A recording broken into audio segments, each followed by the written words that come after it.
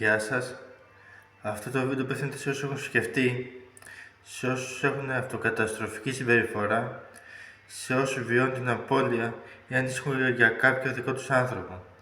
Δεν βάζουν μέσα όσους έχουν αποπειραθεί από προσωπική εμπειρία, διότι η καρδιά τους, που βρίσκεται μέσα ο Θεός, έχουν μιλήσει και τους έχουν αποτρέψει να συνεχίσουν να κάνουν κακό στον εαυτό τους.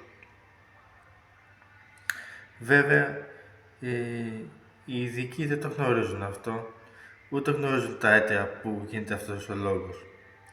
Και είναι ένα βίντεο αποτροπής για αυτό το λόγο, διότι υπάρχει περίπτωση κατά τη διάρκεια που το κάνεις, με συγχωρείτε το Σαρδάμ, ζωντανό βίντεο είναι και χωρίς μοντάζ, κατά τη διάρκεια που το κάνεις, όπως το είπα, να το μετανιώσεις. Αλλά υπάρχει περίπτωση να είναι μία να στρέψουμε αυτό που κάνεις το κακό στον εαυτό σου και να μιλήσει μέσα ο Θεός και να σε εμποδίσει. Καλή συνέχεια και καλά μυαλά.